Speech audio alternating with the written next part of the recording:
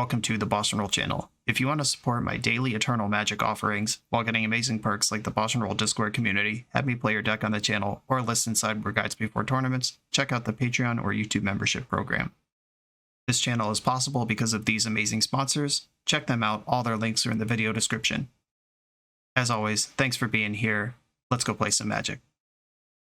Welcome back to the BoshNRoll channel. Today, I don't have gameplay for you, I have a tournament report instead, and that's because this past weekend, I went to SCGCon Baltimore, and I won the Legacy 10K. Here's the trophy, IRL. Ooh. First place out of 259 players. Feels good, man. Not gonna lie.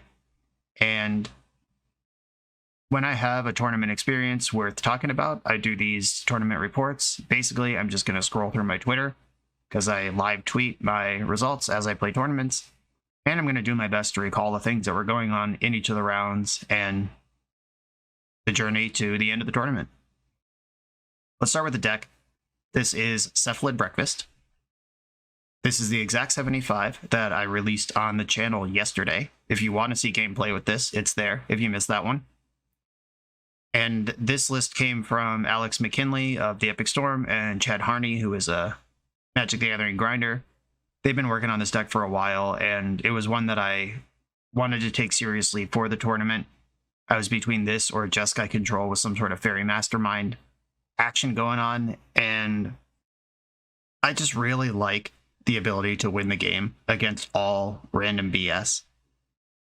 And what I mean by that is, at Legacy tournaments, especially paper Legacy tournaments, especially big paper Legacy tournaments, some percentage of the field is going to be people who are like, hey, I live 20 minutes from here and I own cards from the early 2000s and 90s, and I'll just show up and spend my $50 entry fee as an entertainment budget to have fun for the day.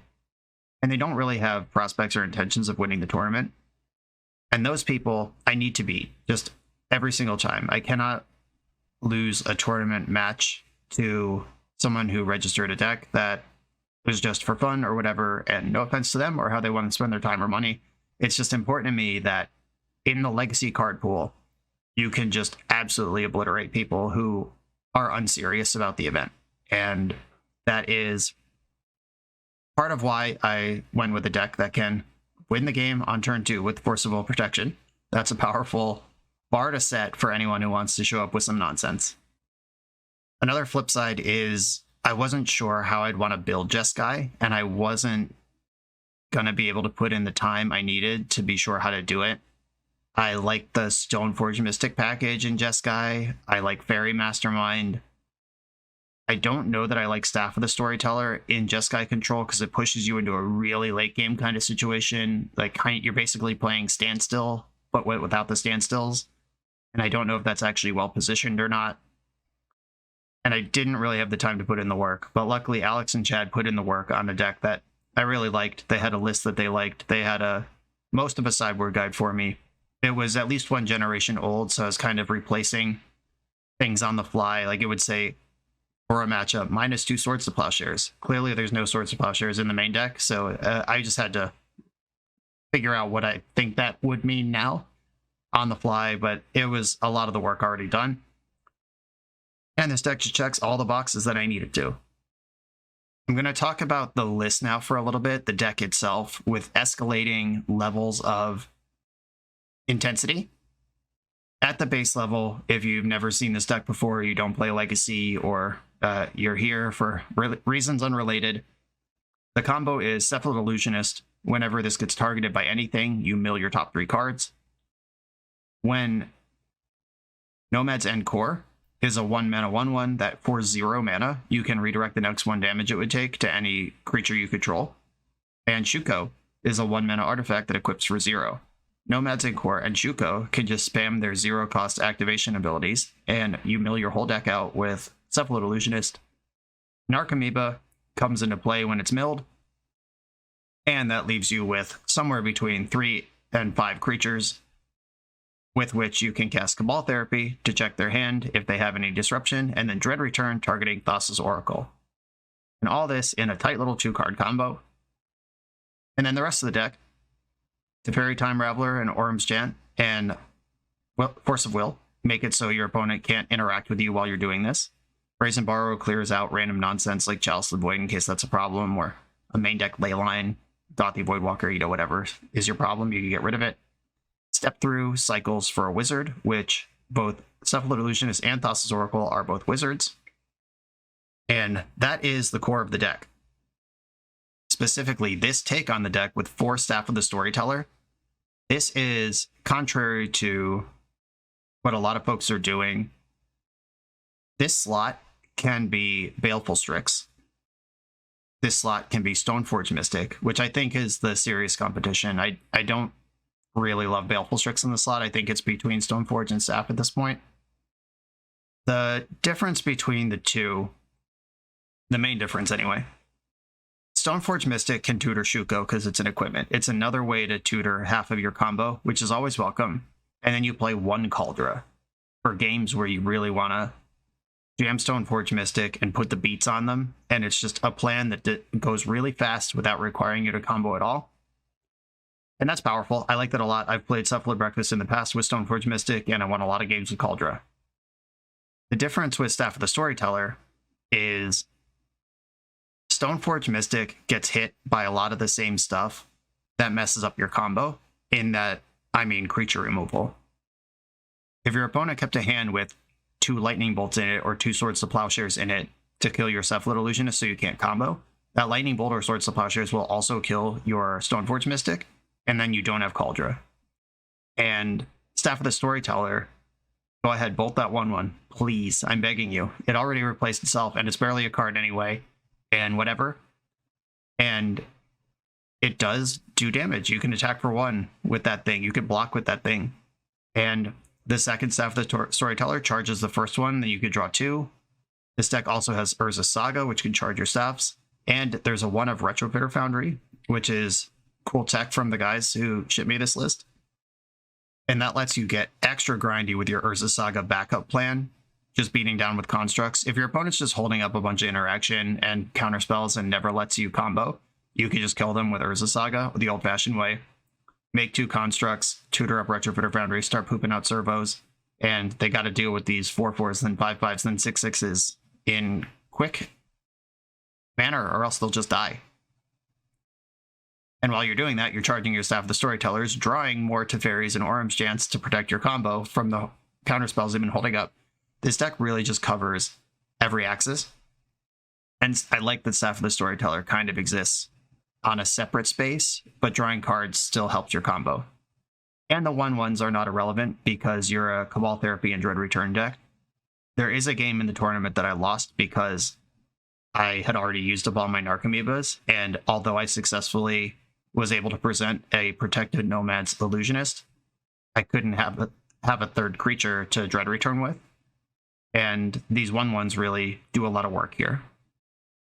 As far as hyper-specific nonsense for exactly this type of list, if we're already playing Breakfast, if we're already playing Staff of the Storyteller, the card that I waffled on the most was Mystic Sanctuary, which it's pretty awkward to have a land that comes into play tapped before turn 4 when you're a deck that's trying to combo on turn 2 some percentage of the time. Because if you're going to combo on turn 2, you need to spend 1 mana on turn 1 for a Shuko or a Nomad, and then spend 2 mana on Illusionist on turn 2. A land coming into play tapped anywhere in that sequence delays you a whole turn. The flip side is, against the slower decks, and in the sideboard especially, you get all sorts of cool options with Mystic Sanctuary.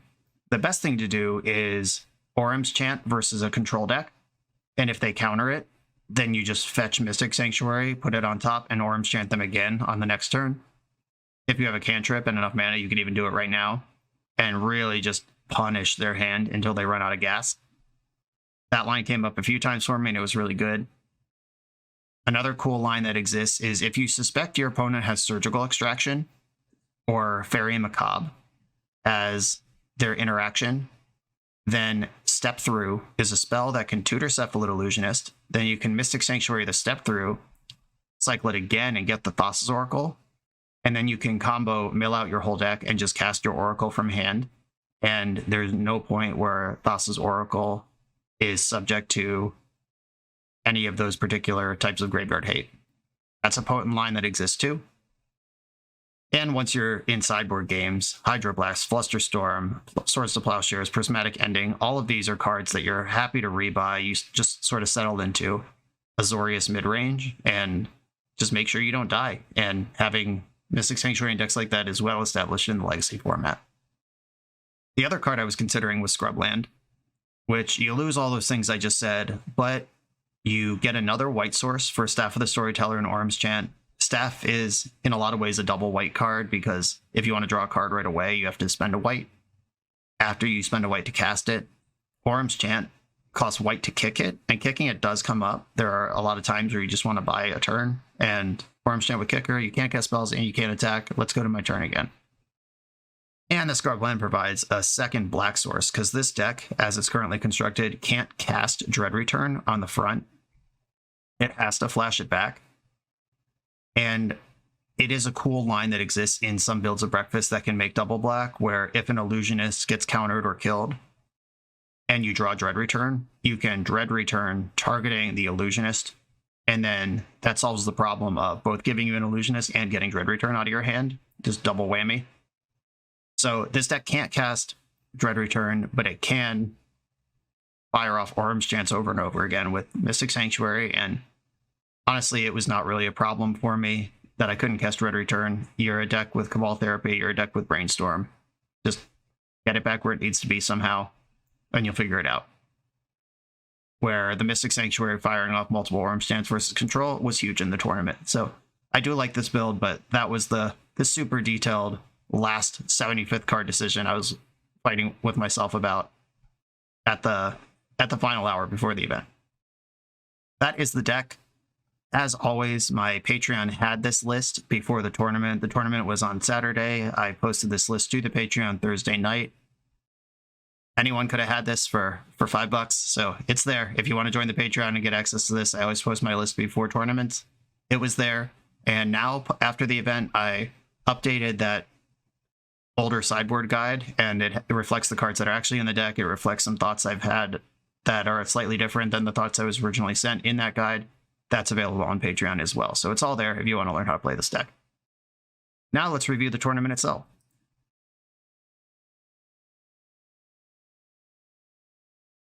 This video is sponsored by Moxfield.com, the easiest way to build Magic decks online. Moxfield supports over 30 formats, including Legacy and everything else you'll see on this channel. There's multiple customizations so you can interact with your deck how you want. Views such as text, grid, or stacks, and groupings like type, subtype, color, color identity, even artist. The site offers light mode, dark mode, and so much more. However you want to see your deck, Moxfield can provide it for you. Follow my Moxfield to keep up with the channel and what I'm playing in paper. I'll see you there. Tournament started, as always, with an excited post that I get to play Paper Legacy for real stakes. Like, for real, StarCity games, shout out to you. They could run anything, they could do it anywhere, and running Legacy as a 10K in a city that loves Legacy. Baltimore's got a great Legacy scene, always has, and really appreciate it. It's accessible to Philly, Pittsburgh, Jersey, Boston, like all these other great Legacy scenes, and shout out to StarCity for giving us a chance to show up and do the thing.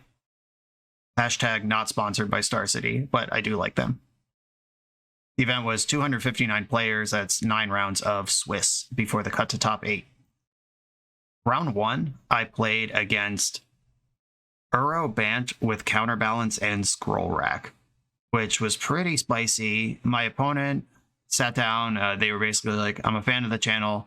I've considered sending you this list before. It's really difficult to play on Magic Online, and that's been holding me back. And I was like, okay, is this some infinite combo? Is this Allurin? Is it Food Chain? Is it... They're like, what kind of deck would this person register for a paper event that they would not want to send me on Magic Online? I thought that was really interesting. And not to discourage friendly conversation, but I'm already processing information. It's really important that any little tidbit you get, it's worth using. So I'm already kind of trying to figure out what they're doing. It turns out that it's more about time concerns than infinite clicks or whatever. it was a Uro Loam Bant deck with counterbalance, and it had like a personal tutor to find loam more often, and then scroll rack to loam and flip your lands into spells and manipulate the counterbalance. It was a very cool control deck, but I was able to pick it apart. Our game 2 was the most exciting one, and by exciting, I mean miserable, but in an exciting way. I had Brazen Borrower that could remove counterbalance.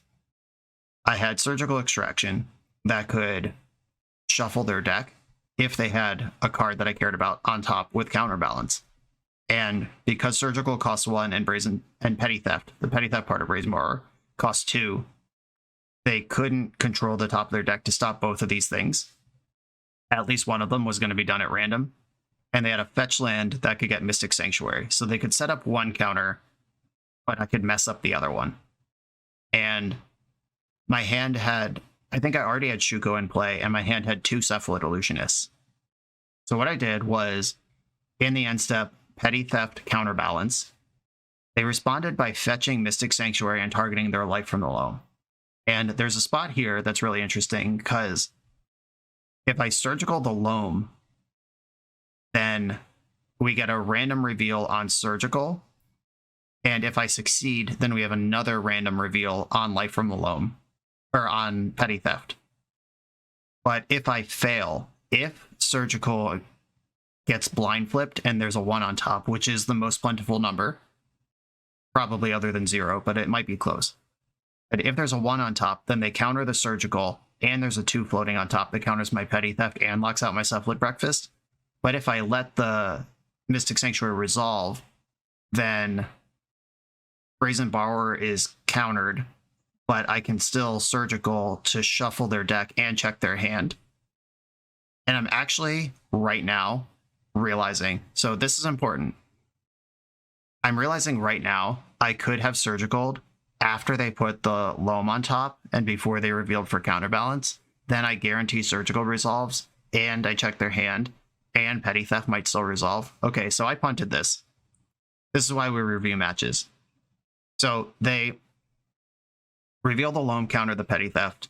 I Surgical something or other.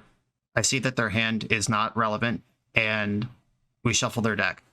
And I present my first Cephalid Illusionist. We go to my turn, and I figure even if they blind reveal a 2, I have another Illusionist. I'll just go again next turn.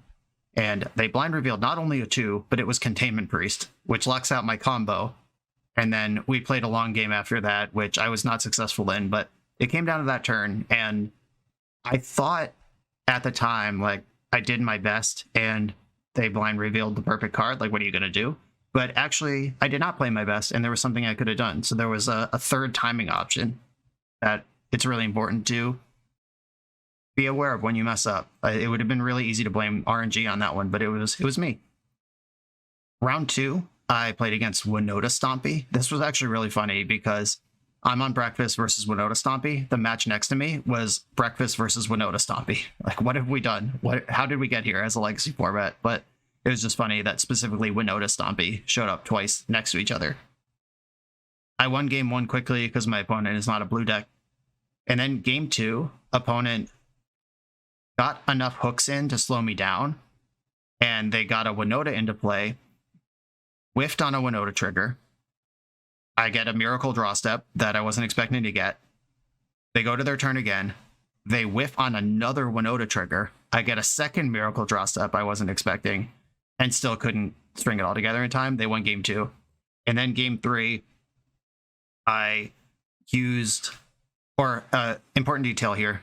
Again, sorry for the stream of consciousness, but these are my notes, and this is how this works. My opponent at some point in game 2 triggered the Throne of the Dead 3, which is the final room of the initiative dungeon. And in the 10 cards they revealed, I saw Fairy Macabre, which is one of the scariest cards for Cephalid Breakfast because it's an activated ability. It's not a spell. So Teferi doesn't stop it. Worm's Chant doesn't stop it. Force of Will doesn't stop it. But there is one Pithing Needle in the sideboard for Fairy Macabre. So game 3, I made sure to prioritize getting my Needle into play. I named Fairy Macabre and then just comboed off on turn 3 or 4 with little resistance. And opponent revealed Fairy Macabre in hand after the game. So wild game 2 that I still ended up losing, but I got important information that helped win game 3. Round 3 was my first Yorion Zenith of the day. My second Uro deck, I ended up playing against 4 Uro decks in the Swiss, and 3 of them were Yorion Zenith. Just really interesting metagame slice there. This one, basically, I just picked my opponent apart in 2 games. It's really hard to beat Cephalid Breakfast when you're a deck with no pressure and no lock pieces. If they're just trying to beat you with sculpting their hand with Ponder, then using Force of Wills and Endurances and stuff to stop the combo, but our deck is built to crush Force of Will and Endurance, and if we're not under real stress and under some sort of lock piece like Rest in Peace followed up by a real creature, it's very easy to just check the boxes one by one until you're not worried about anything anymore, and then you can go off. This opponent, an important moment, a teachable moment in this game. In our game 1, I was on the draw, and I had a turn 2 Staff of the Storyteller, made a 1/1 Spirit. My opponent plays their 3rd land, passes the turn, world's most obvious Endurance. They just have green X available. They did not stop to think about anything else. There was no waffling over a Brainstorm or a Ponder or anything. They pass the turn, they're confident, their body language is saying, I've got this covered. And I have the combo in my hand, which there is a sub-game around Endurance where if you mill your whole deck and then cast Cabal Therapy with the intention of naming Endurance, either Therapy resolves and they don't have Endurance anymore, so they can't blow out your Dread Return, or they cast Endurance in response to that, get rid of your graveyard, and then Cabal Therapy resolves, and you just name something else, and then execute the combo again, and just mill your whole deck again, and Thassa's Oracle again. So Endurance is not actually even that good against Cephalid Breakfast if their Cabal Therapy is still in the mix. But it's still a card that can slow you down, and if it's backed by anything else, it gets a lot harder. So I have the combo in my hand. They're showing a very obvious Endurance. So before I played my land drop or did anything, I just attacked with my Spirit token. They shoved Endurance into play, ate the Spirit token, and then second main I went land drop, Nomad, Cephalid, GG. And the teachable moment there is, it's turn 3, you're in some sort of blue mirror, you have 19 life, Endurance is a potent card, even in blue mirrors. What if I have Snapcaster Mage? What if I play a Narset or something that you'd like to attack down? There's reasons not to shove that and just eat a random 1/1 on turn 3. And they ended up deploying their Graveyard Hate card, then losing to a Graveyard Hate combo in the very same turn. So just life total is a resource. Be careful with that. Round 4 was against Rakdos Painter, which is the default color scheme in Paper where we have Chaos Defiler, which is different from Magic Online where people are still messing with various splashes or if they even need a splash at all. But Chaos Defiler is very obviously supposed to be in the deck in Paper. And I didn't really think anything about their black mana. And then they played an Orcish Bowmaster in game 2, which is a new card from Lord of the Rings that everyone's talking about. It's probably pretty good in Legacy. And this event was on literal pre-release weekend. The set was pre-released on Friday, and this event was that Saturday. And the current policy is if you physically have the cards and you're allowed to have them, if you legally have them, not if they fall off a truck or something, but if you legally have the cards, you're allowed to play them in tournaments. So Orcish Bowmaster was on my radar as a thing that could exist, but I didn't think people would really have them yet. And opponent just got dumpstered in game 1 because they're not a blue deck. And then in game 2, they used Lotus Petal to flash in a Bowmaster at some point. And then I dealt with the Bowmaster and slowly put together a combo over the next couple turns. And at the end of the game, they revealed 5 black cards in their hand versus their 4 red lands in play. That Lotus Petal was their only black source the whole game. They had Oppo Agent, another Bowmaster, some other thing. I think they had Surgical maybe, which is barely a black card, but it was 5 black cards and no way to cast them. Round 5 was against Food Chain Goblins. This is a cool deck that I've played against on the channel. I think I've played it at least once on the channel. You get all the cool goblin stuff like Goblin Lackey and Amuxus is still a line that your deck has, but then you're also an infinite combo deck with Food Chain and Conspicuous Snoop and Squee the Immortal.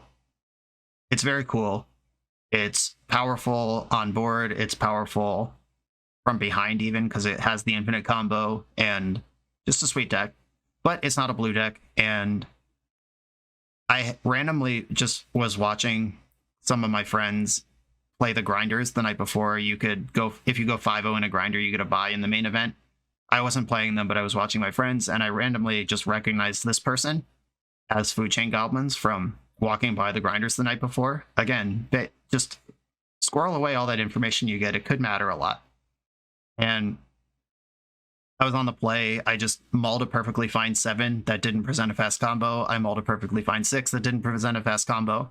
And then I had a 5 that was just land Nomad, land Illusionist, just completely unprotected, but I knew it was going to be fine in this matchup, and I won on turn 2.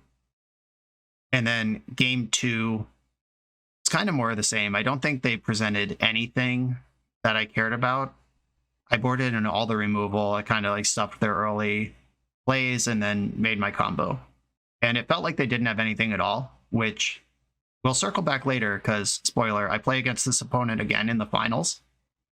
And they were kind of near me for the rest of the day because they kept winning. And I was in the XO area and they were in the X1 area. And I actually looked over at one point and they had 2 Leyline of the Void and a Null Rod in play against a Cephalid Breakfast player. And I just took note of that because they put up 0 resistance in our match, but they had a ton of hate in the deck. It just wasn't there when we played. So noted that one for later.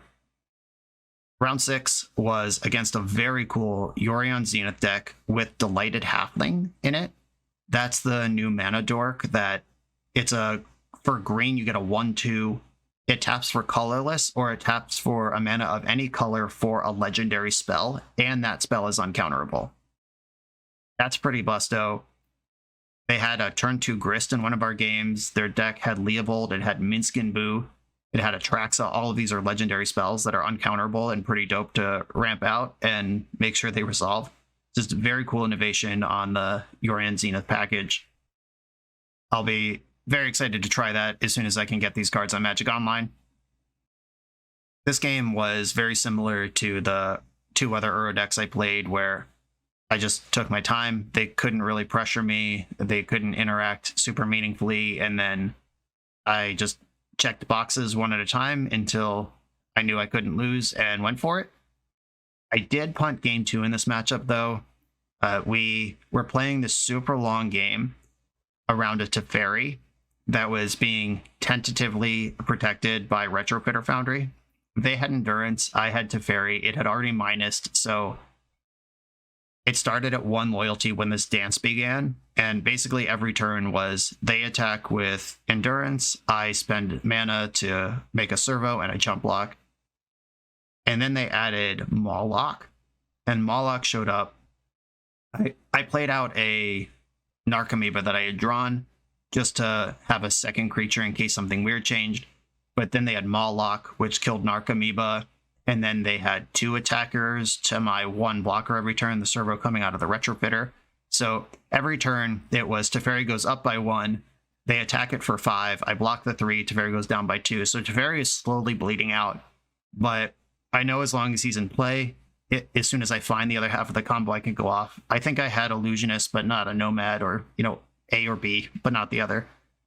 And we got to a spot where I found a really cool line where they were doing one of their attacks. I was making my chump block, but I had Cabal Therapy, and I had plus Teferi, so I could Cabal Therapy as an instant. So in combat, I was able to Cabal Therapy you on the front. I named Force of Will, and I hit 2 of them. And their hand was then Swords of Plowshare's Natural Order. And then I flashback Cabal Therapy with the jump blocker because it was going to die anyway, and took the Swords of Plowshare, so their hand is just Natural Order, and I have Force of Will. So I'm not worried about it. I'm like, okay, cool. We're stable. And then I go to my turn. Don't have A plus B yet. Pass back to their turn. And their draw for turn was Prismatic Ending, which I should not care about because I have Natural Order covered and they're down to just Natural Order. And Teferi was there to protect me from Endurance and Force of Will and Surgical Extraction and stuff, all of which are cards I know they don't have. But I end up forcing the Prismatic Ending, because in my head I'm like, this is it, it's go time. I got a combo now, or I'm not going to get to combo. I think Teferi was going to die from combat on the next turn. So I forced the Prismatic Ending, which clears the way for Natural Order. Natural Order draws a bunch of scary cards for next turn, but can't interact with Teferi. So I do have the shields up, and I go to my turn. I find the piece. I think what happened was I drew Step Through, so I knew I could get the wizard, but it wasn't like I needed another turn to do it because I didn't have the 2 mana up front. So I cycle Step Through, get the wizard, jam wizard, jam Shuko, and opponent says, okay, do you have 4 Narcomoebas in your deck? Because 1 had died in combat earlier, and I pitched 1 to Force of Will. So there's only 1 creature left that I could get in the deck. And I could not combo from that position. Where the flip side is, if I had properly identified that I don't need Teferi anymore, then I don't need to chump block with my Servo. Then I have a Servo, which is creature number 3 to Dread Return with. So I just was committed to one game plan and did not pivot off of it fast enough when it no longer needed to be the plan.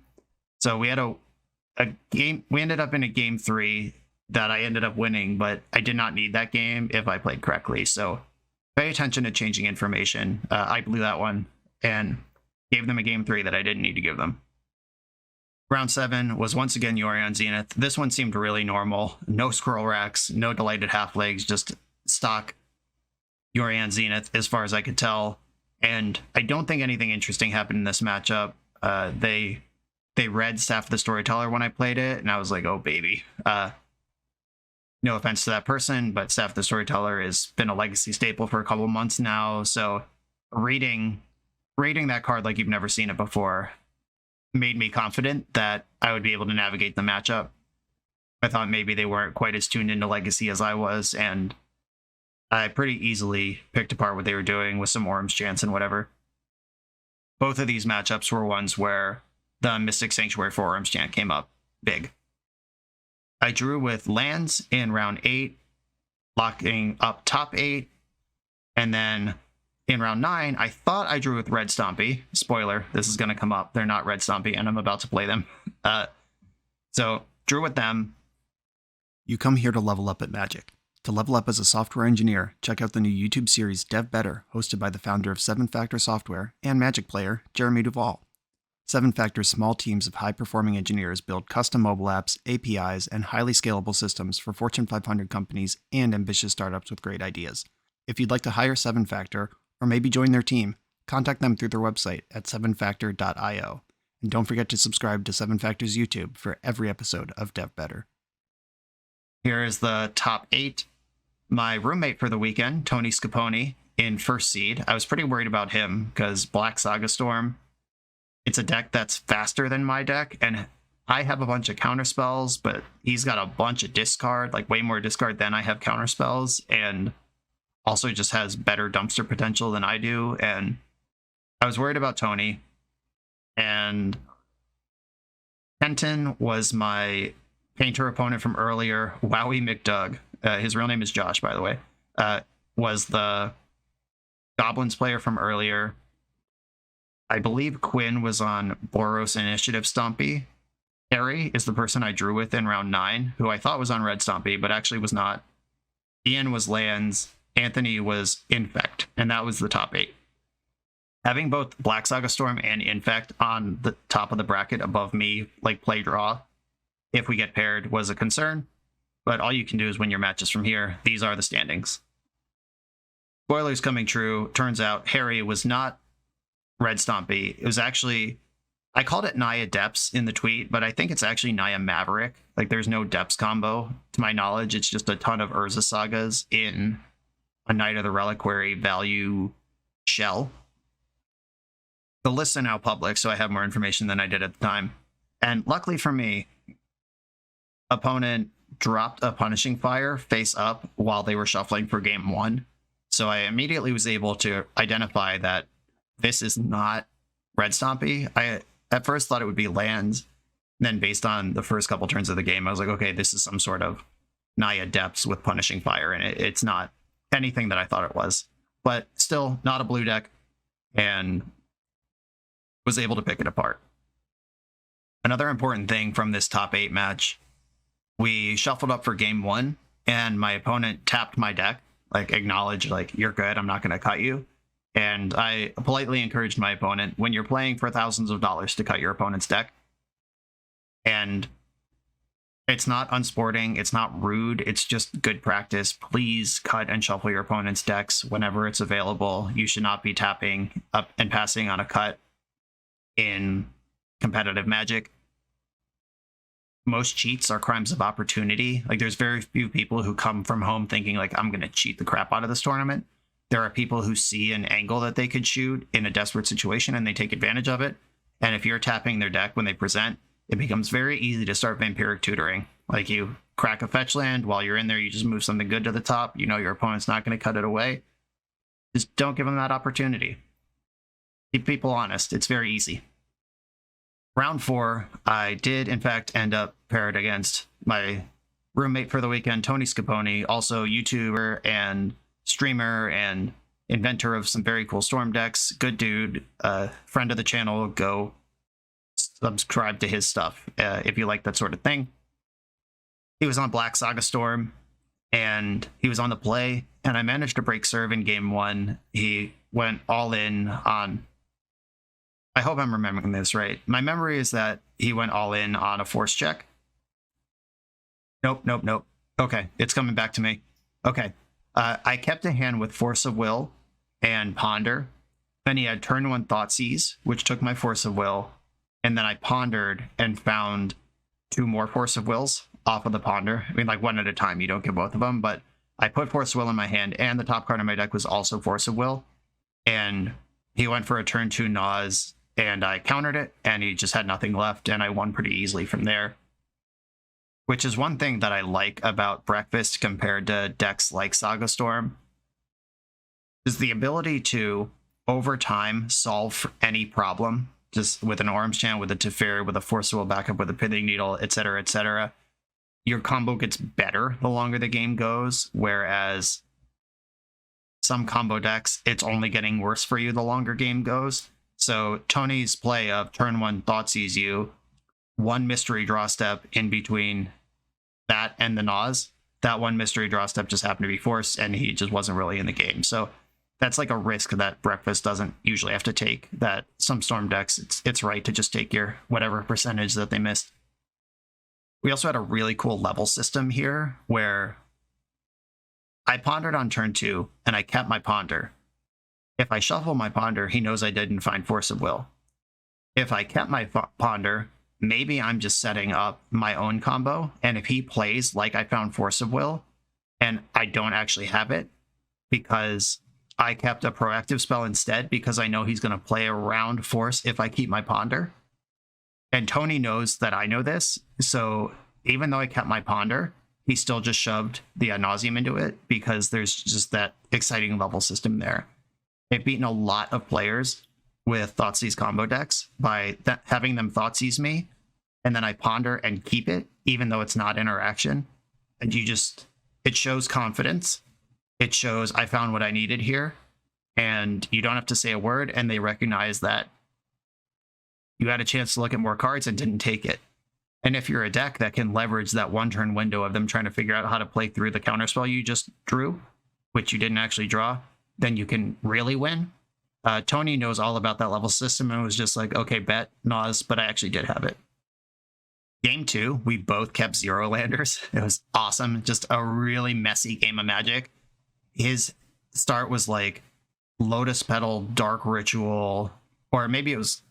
No, I don't think it was Chrome Mox. I think he had 0 permanents in play when he passed the turn. Like Lotus Petal, Dark Ritual, Duress You, and his Duress saw Force of Will, Force of Negation, Flusterstorm, blue card, Serenity, and something else. That was not a land. Like, I kept 7 cards with no land, and it was probably a Ponder. Yeah, there was a Ponder in there. 7 cards with no lands, but 2 pieces of free interaction and 1 Flusterstorm as soon as I find land number 1. And he took the Ponder, I think is how this went. And then he went for Wishclaw Talisman, which I forced. And then we just settled back into you have nothing. And then I missed my land drop. I think I found my land on turn 4 or 5. I discarded a hand side at least once along the way. And then that unlocked a Cabal Therapy that I had drawn. And here's a punt. This is my other punt that really bothered me the rest of the night. Blind Cabal Therapy against a Storm opponent with 6 cards in their hand. And all that you know is they have not played any of these cards. My thought was, if I name Infernal Tutor, that's the thing that wins the game. And either it's gone or he didn't have it anyway. And that means there's no way to win the game, at least presently available. The problem with that, well, there's no problem with that, but there's a better solution to that, which back when I was playing Grixis Delver, which was a Cabal Therapy deck back in like 2018, I knew this heuristic and I just forgot it. And the second my Cabal Therapy resolved, I remembered it and just was very upset with myself. If they don't have Lion's Eye Diamond, then you don't care if they have Infernal Tutor either, because it usually takes a Lion's Eye Diamond to clear the way to Hellbent for an Infernal Tutor. So the blind name should generally be Lion's Eye Diamond. And the second after I said Infernal Tutor and he revealed his hand, I knew what I had done. His hand was 2 Lion's Eye Diamonds, no Infernal Tutors. And he ended up winning a couple turns later. I continued missing my land drops, just never found land number 2. The game went 10 or 11 turns and never found land number 2. But he was able to leverage his Lion's Eye Diamonds into a like Duress Nauseam line, which would not have been possible if I had named correctly with Cabal Therapy. So even though I ran pretty bad, not finding 2 lands in the top 7 plus 10, 17-ish cards of your deck is pretty bad. But also, I had a spell that could have materially changed the game, and I did not cast it correctly. So, can't be mad. Game 3 was an absolute delight, like truly high-octane Magic. My line was turn 1 Urza Saga, go. He duresses me. I Force of Will the duress. Turn 2, Saga ticks up to 2. And I played Tundra Pass. I Orum's Chant him in his upkeep. He can't add to his board, can't duress me. We go to my turn 3. Saga ticks up to 3. I float a mana, Tutor Shuko, and shove Cephalid Illusionist. And just go off. So it was a turn 3 protected win with Force of Will and Orum's Chant against a deck that I was pretty sure did not contain any graveyard hate and only had discard spells or reducing my life total to 0 to stop me from going off on turn 3. So just really fast, and the line was aggressively forcing the duress to really make sure that the coast was clear. That match was a lot of fun, and I'm glad I got away with it because I was pretty worried about that one. And the finals ended up being a rematch versus the Goblins player from earlier, Food Chain Goblins. Game 1 was much of the same. I'm on the play as the higher seed. I just murdered the non-blue deck with my combo. Game 2, he had a Leyline of the Void in the opening hand, which is fine. The deck can beat it. I have Teferi, I have Brazen Borrower. I brought in the 2 Serenities because I had seen the Leylines and Null Rod earlier from down the table. And I simply did not draw any of those cards. I had the A and the B and the Force of Will to protect it all in my hand for basically the whole game, and was not able to dig up one of my outs to the Leyline, and I just got beat by some Goblins. And then game 3, something really weird happened, which I have spent a lot of brain power on in the time since these events occurred, where I'm on the play and I mulligan to 6. Opponent snap keep 7 and then put their hand face down in front of them, like in a nice little pile, and just waited for me to, get my shuffle and present a cut, all that, and keep a hand. So on Magic Online, this would all happen instantaneously. Like you just click the button and you have a new hand. and your opponent's hand is still laid out in front of them where they could see it on the display of the client. But my opponent with his physical cards had put them face down in front of him. And it had been like a minute, 90 seconds or so since he last looked at them. And I kept 6. I put a card on the bottom. I said, "Are you ready?" And he said, "Yes." And then I played my land, cast my cantrip, and off we went. I did specifically use the terms, "Are you ready?" and not, "Do you have a pregame?" or "Do you have the ley line?" or anything like that, just in case. Like, I don't want to tip him off, but I can't just shove through it and like, "Aha, I already made my land drop. Too late now." Because that's not how that works. But I said, "Are you ready?" He acknowledged yes, and off we went. So I just figured he didn't have a ley line. And we played out the game, and at some point, I go for a brainstorm. He pyroblasts the brainstorm with an ignoble hierarch. He passed the turn with 2 ignoble hierarchs available for mana, and nothing that I care about on the board. I brainstorm in the end step. He pyroblasts that. I use Petty Theft in my hand to bounce the other ignoble hierarch, so now he has no mana.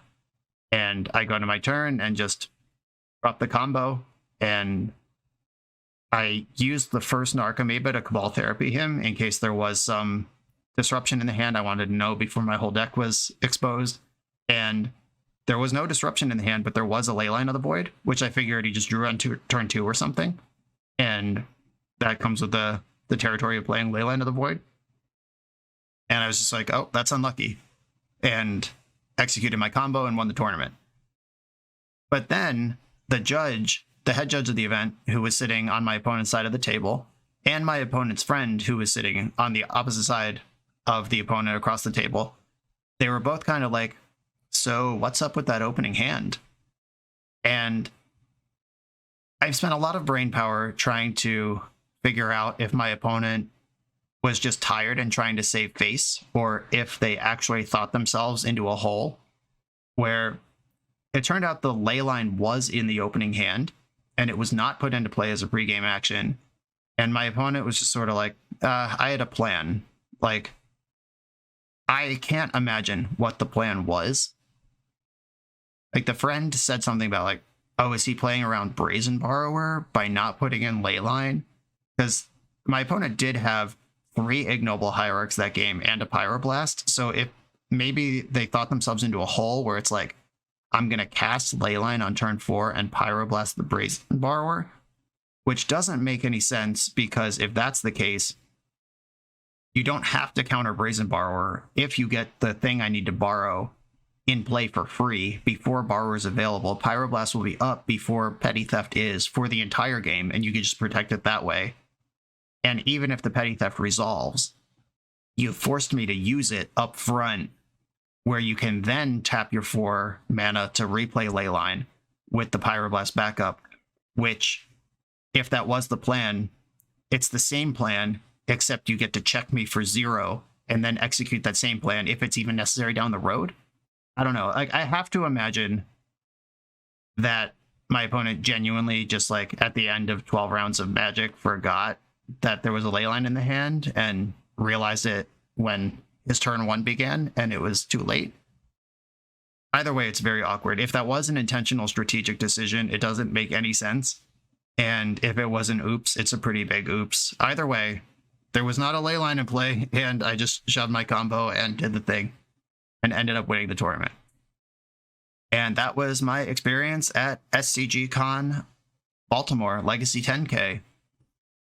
The tournament ended. It was close to 10 o'clock at night. The hall had been closed for half an hour already. Like, it was just us and some convention center staff, our head judge, and Jared Silva from StarCity Games. Like, the hall was empty. Everyone had gone home. And we went to the only place that was still open for food. We got back to the hotel room at midnight, and then I had to decide if I was going to run back the 5K the next morning or just sleep in and enjoy the rest of my weekend, because I had commander decks with me. I could do other stuff, and I decided not to play the 5K. I had done enough on the weekend and got some sleep, had a nice leisurely Sunday, and traveled home safe. So here it is. This is the deck one more time. I think this deck is really good. I think Seth the Storyteller is a good way to build it. I don't think Stoneforge Mystic is wrong. I think there's pros and cons to each. I think there's a lot of building in the space, which is really scary as someone who would like to beat this deck sometimes. Of if there is an obvious best stock build, then you can plan for that. And if there are 2 or 3 viable builds within this powerful tier 1 shell, then you got to kind of plan for all of them and guess which one your opponent is. And they may or may not give you that information if they kill you on turn 2, and then you got to guess during sideboarding. Pretty scary stuff. I would expect Cephalid Breakfast to be a force moving forward, as it has been all along, but now it has a major tournament win right on top of it. And I believe that's all I have to say about that. Thank you all for watching. Thank you all for your support. Being able to play Legacy or a full-time job obviously helps a lot when you're navigating a convoluted metagame of 259 players. I imagine I play a lot more Magic than most of those 259 players, and all of you watching make that possible, that make these wins possible, and I appreciate all of you. Shout out to StarCity for hosting the event. Shout out to all the Commander folks who were there. There was a CEDH tournament happening in the same room. A lot of cool people involved in that. Shout out to my friend Rob for driving. Shout out to Tony and Ben for being cool roommates on the weekend. And everyone else I hung out with. All my opponents were very nice. And just a great weekend all around. I love Paper Magic, and I'm glad. And I'll see you for whatever the next big regional event is. Come say hi. Thanks for watching. Be sure to like, comment, and subscribe. And I'll see you next time.